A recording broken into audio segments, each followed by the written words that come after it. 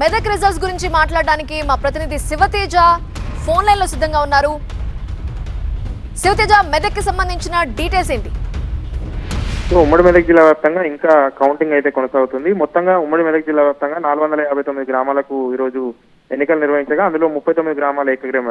సంగారెడ్డి జిల్లా విషయానికి వస్తే 129 స్థానాలకు గాను బీఆర్ఎస్ 22, కాంగ్రెస్ 44, బీజేపీ 1 స్థానాన్ని కైవసం చేసుకోగా ఇండిపెండెంట్ అభ్యర్థులు 3 స్థానాలు కైవసం చేస్తున్నారు. సిద్దిపేట జిల్లా విషయానికి వస్తే 147 స్థానాలకు ఎన్నికలు జరగా అందులో ఇప్పటివరకు ఉన్నటువంటి లెక్కల ప్రకారం బీఆర్ఎస్ 14, కాంగ్రెస్ 12, బీజేపీ 3, ఇండిపెండెంట్ అభ్యర్థి 1 గెలిచారు. ఇక మెదక్ జిల్లా విషయానికి వస్తే 144 స్థానాలకు ఎన్నికలు జరగా అందులో బీఆర్ఎస్ 30, కాంగ్రెస్ 40 కైవసం చేసుకోవడం జరిగింది. ఇక ముఖ్యంగా మా మంత్రి దామోదర ప్రాతినిధ్యం వహిస్తున్నటువంటి 3 మండలాల్లో కూడా కాంగ్రెస్ పార్టీకి మెజారిటీ ఎక్కువగా మొత్తంగా పూర్తి స్థాయిగా వచ్చిందని చెప్పాలి. ఇక టేక్మాల్ మండలం సూరంపల్లిలో సర్పంచ్ ఎన్నిక నిర్వహించారు. అందులో డ్రా పద్ధతి ద్వారా సర్పంచ్ ను ఎన్నుకోవాల్సిన పరిస్థితి. ఎందుకంటే ఇద్దరు అభ్యర్థులు కూడాను సేమ్ ఓట్లు రావడంతో మళ్ళీ డ్రా వేయడం జరిగింది. అందులో బీఆర్ఎస్ అభ్యర్థి పోచయ్య సర్పంచ్ గా విజయం సాధించారు. ఇక ఉమ్మడి మెదక్ జిల్లా వ్యాప్తంగా చాలా చోట్ల మెజార్టీ పెద్దగా రాకపోయినప్పటికీ కూడా కేవలం 20 నుంచి 50 ఓట్ల మధ్య తేడాతో విజయం సాధించారని చెప్పాలి. ఓవరాల్ గా కాంగ్రెస్ పార్టీ ఆధిక్యంలోనే ఉందని చెప్పాలి.